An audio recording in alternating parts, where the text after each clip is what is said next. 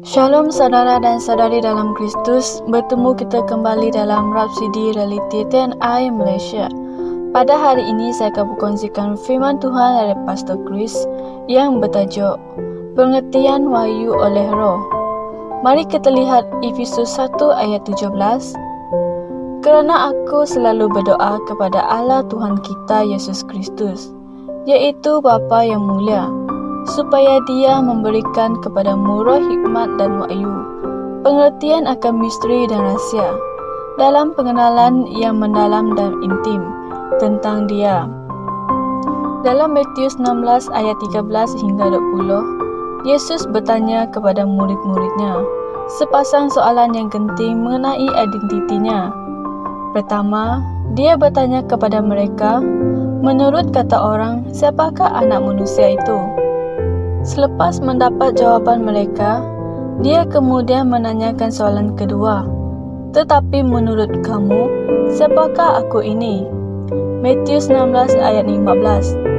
Alkitab berkata, jawab Simon Petrus, engkau adalah Mesaya, anak Allah yang hidup. Matius 16 ayat 16.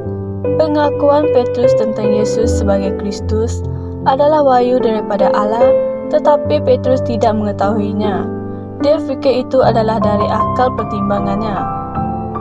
Yesus terpaksa memberitahunya, berbahagialah engkau Simon anak Yunus, sebab bukan manusia yang menyatakan itu kepada kamu, melainkan Bapa-Ku yang di syurga.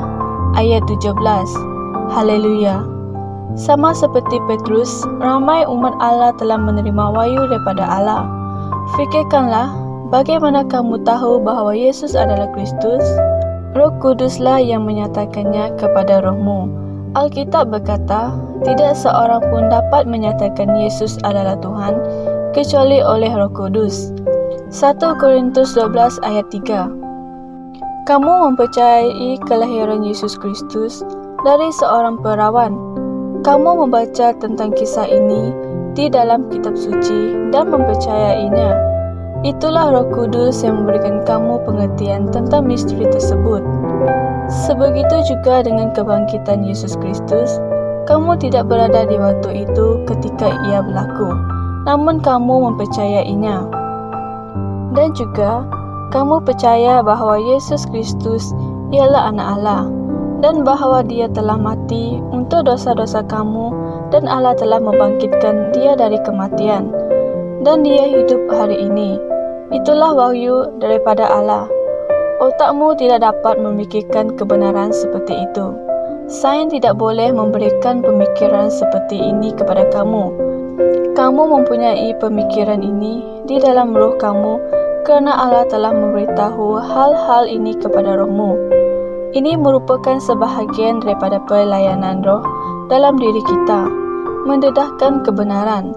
Oleh itu, percayailah Dia dengan sepenuh hidupmu. Jadikan hal mengenali Dia dengan lebih banyak dan mengerjakan firman-Nya sebagai semangatmu yang terbesar. Melalui persekutuan, Dia akan berterusan mendedahkan dirinya dan misteri-misteri kerajaan yang lebih besar kepada kamu.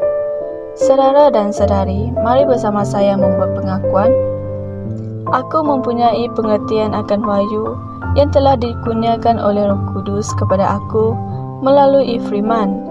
Aku memiliki pengertian rohani dan aku berfungsi dengan roh hikmat yang dinyatakan dalam pengetahuan yang penuh dan tepat tentang Dia.